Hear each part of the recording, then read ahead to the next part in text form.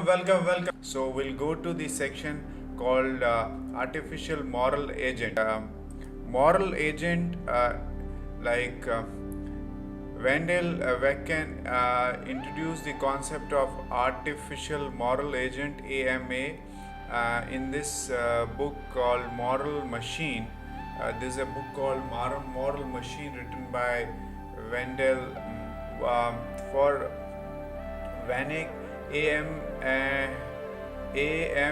AMs have become a part of research landscape of artificial intelligence as guided by its two central questions which he identified as: does humanity want computer make moral decisions? Okay, like, does humanity want computers to make moral decisions? Okay, this was the question raised by him. Can robots really be moral?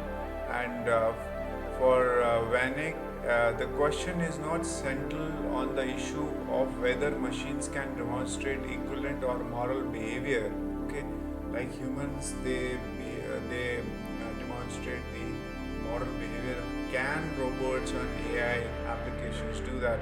Unlike the constraints which society may place on the development of AMAs. Okay, so this is artificial moral agent. So like the agents who can they demonstrate all these things, moral behaviors and all moral values, like humans have.